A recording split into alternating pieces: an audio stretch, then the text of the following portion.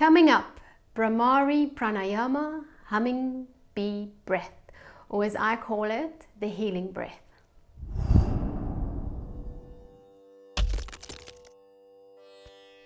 Hi, I'm Al from yogagangia.co.za, and I've created this space for you to heal your body and mind with yoga.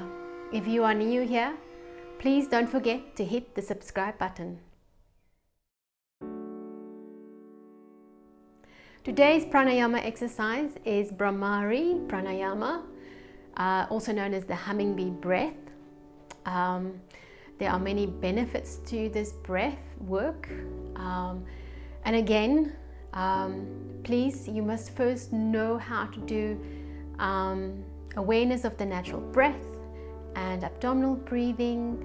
So please go and see those videos. I'll leave all the links in the description box below before you do the humming bee breath. We don't practice this breathing technique lying down. It's not good for you lying down, so sitting up or standing is preferred. And also, if you do have ear infections or anything wrong with your ears, rather not do this. Those are the two cautions you must take. The benefits are brilliant. It relieves stress and cerebral pressure, or tension. So because we're working into the front of the skull and the head, it is brilliant for that. It also helps with anxiety and anger. So anything that's related to stress, it will help you with that. And insomnia. Now, if you have insomnia, so obviously it's better to do it at night before you go to bed.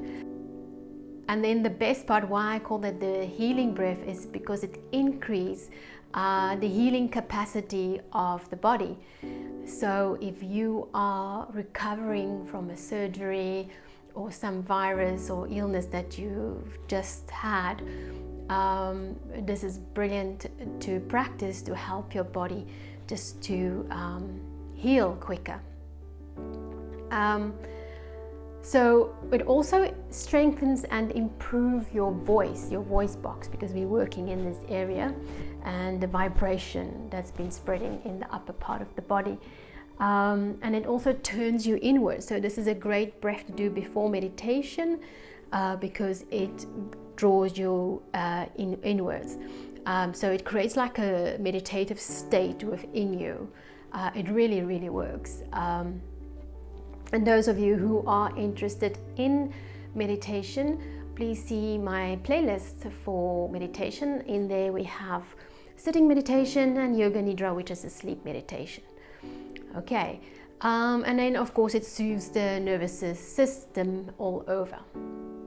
So a lot of benefits, like all the breath work that we do. Make sure you're not collapsed and squeezing the lungs or closed in the lungs. Make sure you're nice and open. You don't have to strain, just relaxed and open your chest. And we keep the head up. We don't let the head droop down to constrict the airflow in the throat. And you sit comfortably. It doesn't matter where you sit or how you sit, as long as you are comfortable. Okay? And then you want to keep your jaw relaxed throughout the breathing practice, and your lips softly closed, and your teeth would be slightly parted. So then you're not crunching your teeth, biting your teeth on top of each other. Okay, just everything relaxed in this area, and your eyes relaxed, the muscles around your eyes and the forehead and the neck and the shoulders, like all the other breathing techniques. Okay. But especially the teeth slightly parted. And what we're going to do is you're going to take, doesn't matter which finger, the index or the middle finger, your choice, and you're going to close your ears. Now you can all just put your fingers directly into your ears, or you see these little flaps in front of these little thingies. You can press them and close your ears with the little flaps, okay? The one thing is, you must not, when you close them, you must not close in your chest. So keep the arms away and don't round when you exhale. I find a lot of people as we continue, as they exhale, they start rounding and closing the chest. So be conscious to keep everything open. And what we're going to do is we're going to inhale through the nose and exhale through the nose, but as we exhale, we're going to make a humming bee sound, like a bee humming, and you will create vibration in your head. Now, the first time you're going to do, you might find the vibration on strange places. You might find it on your lips or your jaw or your nasal passage or the skull. So the idea is to focus here in the center of your head, so that you can spread the vibration more into the front section of the brain. But it will obviously go into the sinuses as well. So I'm gonna do one breath. I hope the microphone might pick it up. And remember, always when you do breathing and there are no straining involved, I'm gonna go and strain a bit. I'm trying to make it as loud as possible. Hopefully you will hear it. Okay, I'm gonna do one. So it's inhaling through the nostrils. See, I already want to go like this. Pain my back, be careful. Okay, here we go.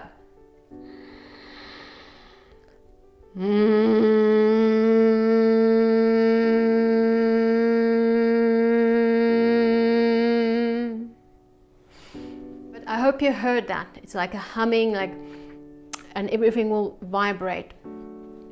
Okay. So what you do is you do 5 to 10 rounds. So we will do 5 rounds today. But as a beginner, you do 5 to 10 rounds. It's the best to do it early in the morning and late at night. Okay, that's the best time, but you can do it anytime, because I know not everybody's got time. Okay, so if you want to do it in the middle of the day, that's fine too. And then when you're comfortable with 5 to 10 breaths, then you take it up to 10 to 15 minutes. Okay, so that's going to make a big difference. Maybe if that's a big jump, maybe you can first do it 5 minutes and then 10 minutes and so on. And it is a big difference doing 10 breaths and doing it for 15 minutes. The effect on your body is way different, okay? And then when you're comfortable, 15 minutes, and you can do it for half an hour if you have the time, maybe on the weekend, and the benefits and how you will feel afterwards is just amazing.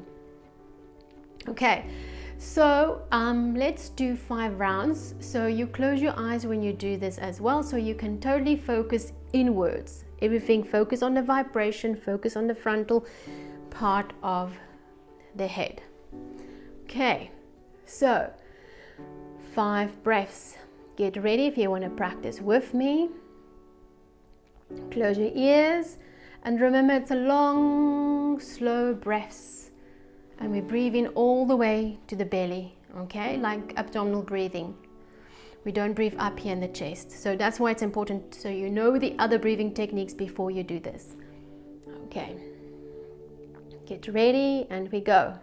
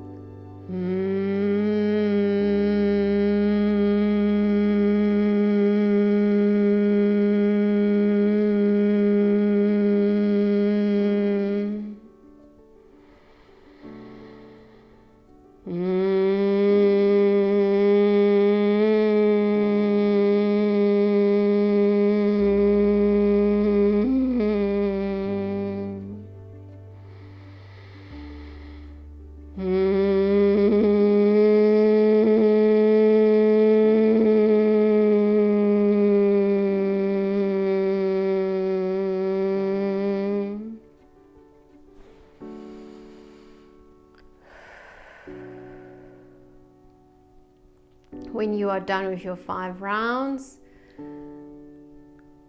you just sit calmly and experience the effects of the humming bee breath on your body and the natural breath.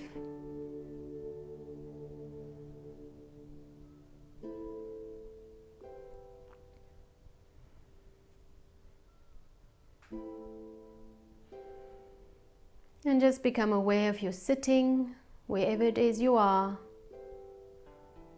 And become aware of sounds you hear and the room you are in. And slowly open your eyes.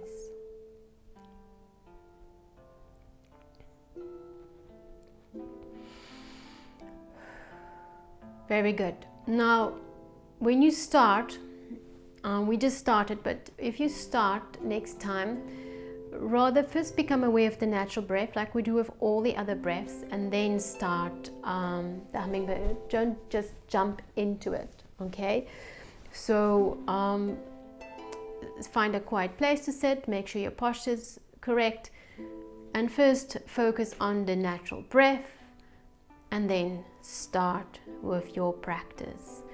All your pranayama practices, first become calm, focus on the natural breath, softly close your eyes, and then start the practice that you've chosen. Okay, I hope this will help you, so go and practice it and let me know what is your experience. Tip of the day. The tip of the day is if you recovering from a very, very bad surgery, is to do this, especially COVID patients. I have a lot of my private students who had COVID, and they don't have it anymore, but they still have the after effects, the tiredness, the breathing, and so on. So what I would suggest is, if you had severe COVID and you were in ICU, like my mother, she was there for a month, so she totally lost the connection between brain and muscle in the breathing, her whole torso area. And also the muscles are so weak because the machines were breathing for her for so long. She lost all strength in the abdominals and ribs. So if you are that bad, or you know someone that had it that bad, they must not start with the hummingbird breath. They should first start with awareness of the natural breath. That's the first step, okay? They can do it lying down in bed, wherever they are. If they're still on the oxygen machine, like my mom was for a long time afterwards, you can do, because you're not deliberately inhaling, you're just becoming aware of your breathing. So they can do that awareness of the natural breath while they're on the machine. Okay, and then when they start going off the machine, like my mom, she started to wean herself like 10 minutes on a day, and then make the time longer. Then I realized that she's not breathing properly. She's only breathing up to here. She's not breathing all the way down, and she couldn't get her oxygen percentage up. They measure it all the time with an oximeter, and she just couldn't get her oxygen. She couldn't increase her oxygen. So while I was visiting her the one day at home, I noticed that she stopped. She just comes to here. She doesn't, diaphragm is not active, and it's not her fault that she doesn't know how to breathe. It's just the muscles are so weak, which she haven't used them for 6 weeks. So I showed her how to do abdominal breathing. So if you can get off the oxygen, like my mom, she started weaning herself. So I showed her how to do abdominal breathing. So that video link is also in the description box. So when I showed her, and it was very hard for her, she had to reconnect the muscles and the nerves of the brain communicating with this area of her body. She really had to focus very hard to get her tummy rising as she inhales. So it was very hard, but once she started doing that, I just started her off with 10 breaths a day. she increased her oxygen. When you read it on the oximeter, she increased the oxygen with 10% just by doing that. And she was still struggling with 10%. So she couldn't walk, so I couldn't let her do the humming bee breath because it's too strong or any other things, but the abdominal breathing, she could lie down and do that. So if you know someone that needs that, those are the two first breathing techniques they need to practice. And then when they're better and they can sit up and they can maybe walk a little bit around in the house, then they can start with the humming bee breath to help their whole body just to heal quicker. So this is what I'm doing with my other private students. I've included it into the class, humming bee breath, because they can do some things, they can move their body, and just to help them healing a bit better and faster. And another thing is, if you struggle from anxiety and you have an anxiety attack, this is also something you can do. Find a quiet place, go sit, if it's in your car, in the toilet, wherever it is, find a quiet place and start with awareness of the natural breath. And once you've got that going, then start with the humming bee breath, and it will calm you down. Okay. And that's the tip of the day. And I have a class for COVID recovery, which I will record and make a video. It will be a whole class, so it will be an hour. This will be for people who have already recovered but still feel a little bit sluggish and not 100%. So it will be an easy, calm class to help you just get back into things. So keep your eyes open for that video coming soon.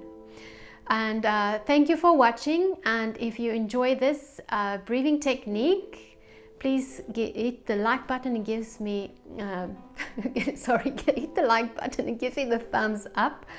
And thank you so much for watching. Ariom Tat Sat.